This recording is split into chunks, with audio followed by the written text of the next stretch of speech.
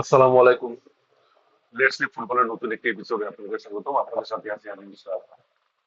আজকের এপিসোডটা বেসিক্যালি গতকাল একটা ইম্পর্টেন্ট রাত গেল ইন্টারন্যাশনাল উইন্ডোতে, যেখানে আমরা শেষ পর্যন্ত যে 6টা স্পট বাকি ছিল ওয়ার্ল্ড কাপের 48টা টিমের লাইন আপ কম্পিটিশনের জন্য, সেই 6টা টিম পেয়ে গেলাম। এবং গতকাল ছিল বাংলাদেশেরও ম্যাচ। এই এপিসোডটা করার কথা ছিল আসলে অনেক কিছু নিয়ে, কিন্তু শেষ পর্যন্ত একটাই হাইলাইট হয়ে থাকলো, যেটা আমরা ক্যাপশন দিলাম, হাই ইতালি। পরপর তিনবারের মতো তারা ওয়ার্ল্ড কাপ মিস করছে, 2018, 22 এবং এবার 2026। মজার কথা হলো, এর আগের দুটো ওয়ার্ল্ড কাপ তারা ফার্স্ট রাউন্ডে, গ্রুপ রাউন্ডে আউট হয়েছে। আর এর ইমিডিয়েট আগের ওয়ার্ল্ড কাপটা 2006-এ তারা চ্যাম্পিয়ন হয়েছিল। তার মানে চ্যাম্পিয়ন হওয়ার পর তারা এখন পর্যন্ত ওয়ার্ল্ড কাপের নকআউট স্টেজে খেলতে পারেনি। তিনটা ওয়ার্ল্ড কাপ, এই আপকামিং ওয়ার্ল্ড কাপ সহ তিনটা ওয়ার্ল্ড কাপ তারা ওয়ার্ল্ড কাপেই নেই। একটা জেনারেশন তারা ইতালিকে ওয়ার্ল্ড কাপের নকআউট স্টেজে খেলতে দেখিনি। আর যারা নতুন 2010 এর পরে যারা ফুটবলের ভিউয়ার্স হয়েছে, তারা তো ইটালিকে ওয়ার্ল্ড কাপে পাচ্ছে না। ইটালির যে একটা ওয়ার্ল্ড কাপ, একটা ফুটবল ল্যান্ডস্কেপের একটা বড় শক্তি ছিল, সেটা অনেকে অজানাই থেকে গেল। আমি প্রথম বিশ্বকাপ দেখেছিলাম 1986 সালে। সেখানে উরুগুয়ে ছিল, এবং তখন জানতে পারলাম যে উরুগুয়ে দুবারের ওয়ার্ল্ড চ্যাম্পিয়ন, কিন্তু স্ট্রাগলিং টিম। তো হয়তো আহ, 4-5 বছর পরে যারা ওয়ার্ল্ড ফুটবল খেলা দেখা শুরু করবে, তারা তাদের কাছে ইটালির ওরিয়েন্টেশনটা সেরকমই হবে। ইটালি নিয়ে আসলে এই আলোচনাটা আহ, শেষ করা মুশকিল অ্যাকচুয়ালি। মানে এখানে এই বিষয়ে আসলে হতাশ হওয়ার জন্য ইটালির সাপোর্টার হওয়ার প্রয়োজন নেই। আমি সাপোর্টার হিসাবে আর্জেন্টিনার সাপোর্টার, ইটালিকে অবশ্যই একটা কম্পিটিটর হিসাবে মনে করি। কিন্তু Italy, Germany, Spain, France, Brazil, এরা ছাড়া ওয়ার্ল্ড কাপ, এটা আসলে মানে কল্পনাই করা যায় না। কল্পনা তো করছি, বাস্তব হয়েছে লাস্ট দুইটা ওয়ার্ল্ড কাপে, এবং থার্ড টাইম ইটালি মিস করলো। এটা আসলে মেনে নেওয়া খুবই কষ্টের। ফুটবল ফ্যান হিসাবে আপনি চাইবেন সবগুলো বড় শক্তি যেন ওয়ার্ল্ড কাপে খেলে। ইটালি আসলে হতাশই করেছে। আমার জেনারেল গাতুসোর জন্য খারাপ লাগছে। এই লোকটাকে আমি খুবই পছন্দ করতাম আসলে। সে খুব গ্রিটস নিয়ে খেলতো যখন খেলতো এসি মিলানে। তার ক্লাব কেরিয়ারে বলেন আর ইন্টারন্যাশনাল কেরিয়ারে বলেন, সে একটু রাফ টাইপের প্লেয়ার ছিল, বাট মানে তাকে দেখলে বোঝা যেত মানে টিমের জন্য কতটা অন্তঃপ্রাণ হয়ে সে মাঠে নামতো। I like that guy, I still like this guy. ওর জন্য আমার খারাপ লাগছে, সত্যি কথা যেটা। আহ ইটালির এই হারের ব্যাখ্যা আসলে কোনো ব্যাখ্যা হয় না, তারপরে ইটালি নিয়ে আমরা আলোচনা করবো। বাংলাদেশ নিয়ে শর্টে আলোচনা করি। বাংলাদেশ নিয়ে একটা প্রিভিউ করার ইচ্ছা ছিল, তবে পরে মনে করলাম যে বাংলাদেশের আসলে আহ ফুটবলে দীর্ঘ সময় আমি খুব থরলি ফলো করিনি, রিসেন্টলি ফলো করা শুরু করছি, যার কারণে অনেক ল্যাক্স রয়েছে আমার বাংলাদেশের ফুটবল ইয়েতে জানা। বাংলাদেশের ফুটবলে কালকে 11 চয়েসটা আমার কাছে খুব একটা অস্বাভাবিক লাগেনি। তবে গোলকিপিং এ কালকে মিতুল মার্মাকে খেলা হলো, সেক্ষেত্রে ভিয়েতনামের সাথে সামনকে খেলানোটা আসলে কোনো আমি ব্যাখ্যা আমি পাচ্ছি না। এটা মানে আসলে এটা কোনো এক্সপ্লেনেশন আমি করতে পারছি না। আদারওয়াইজ কালকে বাংলাদেশ আসলে অসাধারণ খেলেছে আমার কাছে মনে হয়েছে। জাস্ট যেটা বাংলাদেশের প্রবলেম, সেই গোল স্কোরিং, সেটাই মিরাজুলের একটা শট শেষের দিকে বারে লাগলো। হামসার একটা চমৎকার একটা ক্রস ছিল, যেটা আসলে পা ছোঁয়ালেই গোল হওয়ার কথা। যাই হোক, মিরাজুলের খেলাটা আমার কাছে ভালো লেগেছে। ওকে ভবিষ্যতে আরো ফ্রিকুয়েন্টলি দেখবো বলে আশা করি। ফরওয়ার্ডে আসলে খুব সপ্রতিভ, কেউ যে একেবারে নিষ্প্রভ ছিলেন সেটাও বলা যাবে না, আবার খুব সপ্রতিভ ছিলেন এটাও বলা যাবে না। ফাহিম, ফাহমিদুল এবং মোরসালিন, পরবর্তীতে মিরাজুল নামায় বোঝা গেল মানে তাদের যে একটু এক্সপোর্টে একটু ল্যাকিং ছিল, সেটা মিরাজুল নামার পরে বোঝা গেল। যাই হোক, এটা একটা ডেড রাবার ছিল। ডেড রাবার তারপরেও সবার মনে একটা আশা ছিল। লাস্ট শেষটা হয়তো এশিয়ান কাপ কোয়ালিফাইং এর এই লাস্ট ম্যাচটা ডেড রাবার, সিঙ্গাপুরের জন্য ডেড রাবার এখানে স্পয়েল করারও কিছু ছিল না, জাস্ট একটা গৌরবোজ্জ্বল সমাপ্তি চেয়েছিলাম।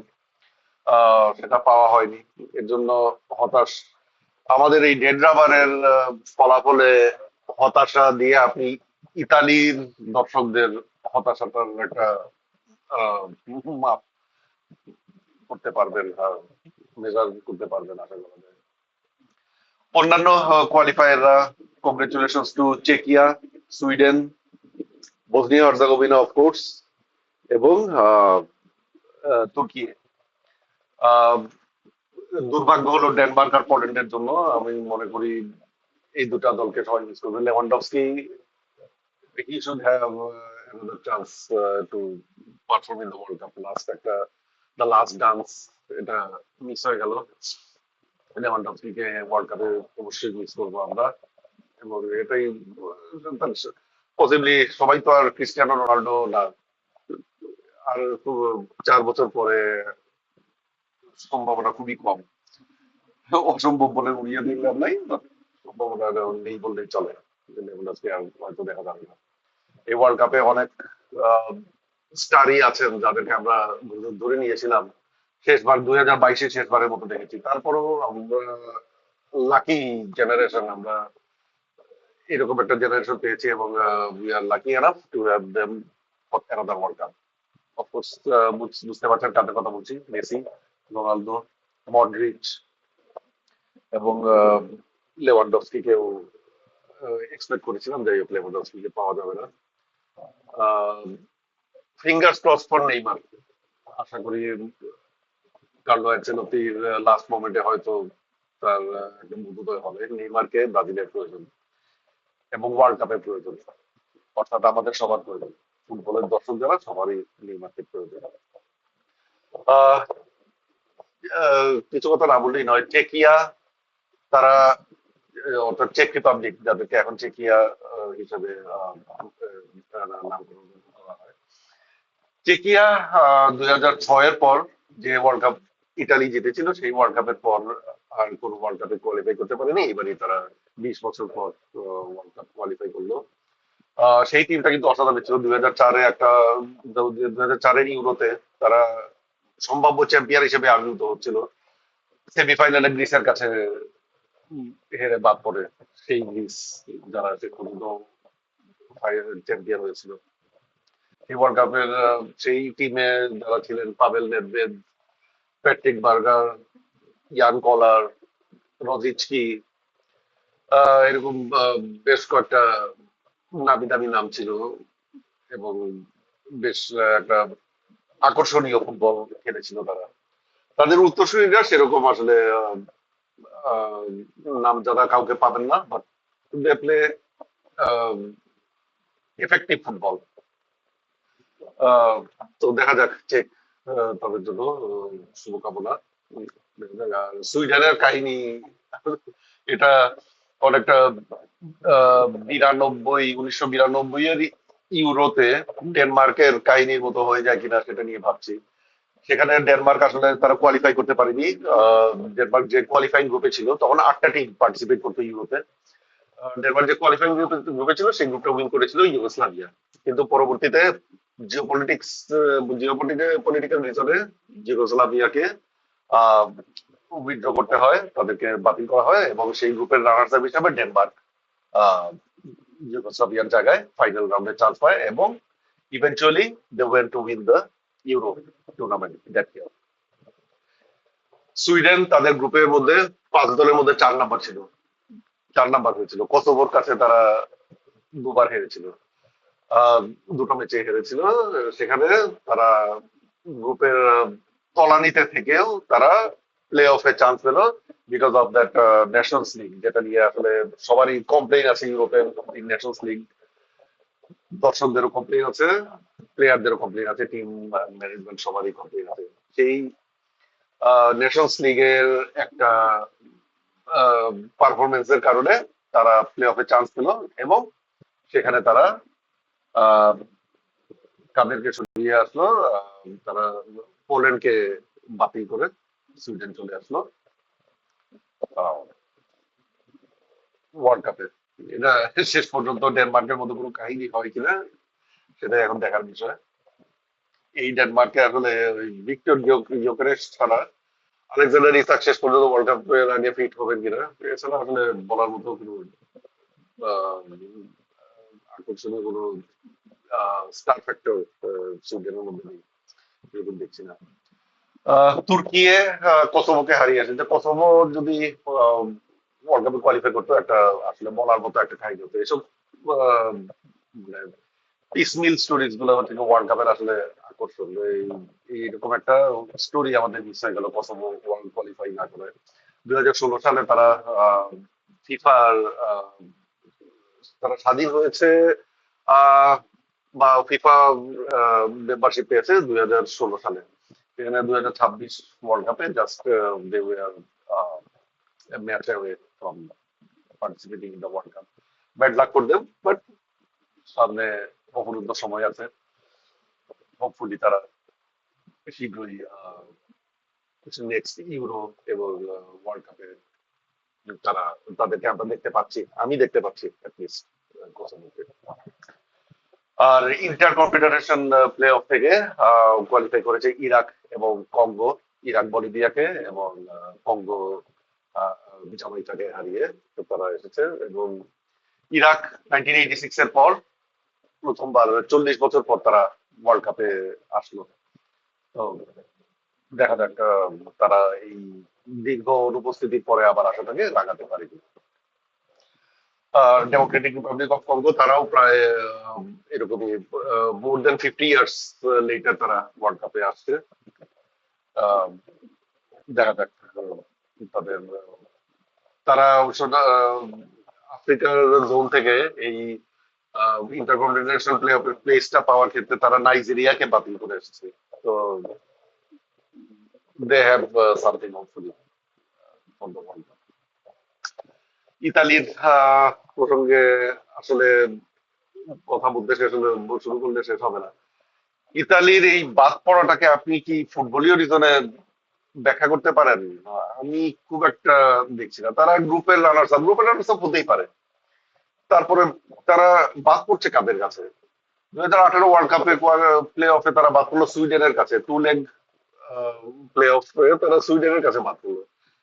সেই সুইডেনে আসলে এমিল ফ্রসবার্গ বা ইব্রাহিমোভিচ সেই ওয়ার্ল্ড কাপ সেই ইয়েতে থাকলেও আমি ঠিক মনে করতে পারছি না, বাট ইম্প্যাক্টফুল ছিলেন না তিনি। তার সেরা দিন তখন অলরেডি পার করে এসেছেন। সেম গোস ফর এমিল ফোর্সবার্গ তখন খুব বড় স্টার হননি। তিনি এখনো আসলে এমন কোন স্টার না। সুইডেনের ক্ষেত্রে হয়তো আপনার ফোর্সবার্গের নাম আসবে। সুইডেন সেই রকম একটা সুইডেনের টিমের কাছে হারাটা আনএক্সপেক্টেডই ছিল, এটা ইট ওয়াজ এন আপসেট। তো 2022-এ নর্থ মেসিডোনিয়ার সাথে খেলা পড়লো, পরের স্টেপে হয়তো পর্তুগালের সাথে খেলা পড়তো। পর্তুগালের সাথে বাদ পড়লে আপনি সেটা ব্যাখ্যা খুঁজে পেতেন। নর্থ মেসিডোনিয়ার কাছে হারেরটা আসলে ব্যাখ্যা নেই। সেই টিমটা জাস্ট মান্থস বিফোর তারা ইউরো জিতে এসেছে, ইউরো 2020, যেটা 2021-এ হয়েছে। এবং এই প্লে অফের ফাইনালটা হয়েছিল সম্ভবত 2022 জুনে। মানে নট মোর দেন 1 ইয়ার এগো তারা ইউরো জিতে এসে তারা নর্থ মেসিডোনিয়ার কাছে হেরে গেল। এবারের হারটা আপনি কাকে দায়ী করবেন? বাস্তনির লাল কার্ডকে, এসপোজিতোর পেনাল্টি মিসকে? এটা এরকম তো ফুটবলে হয়। মানে ইতালি বারবার এই কাটা পড়ছে, এটা আসলে আমি কোনো ফুটবলীয় ব্যাখ্যা পাচ্ছি না। অন্য অফুটবলীয় ব্যাখ্যা কেউ যদি থাকে বলতে পারেন, জানাতে পারেন।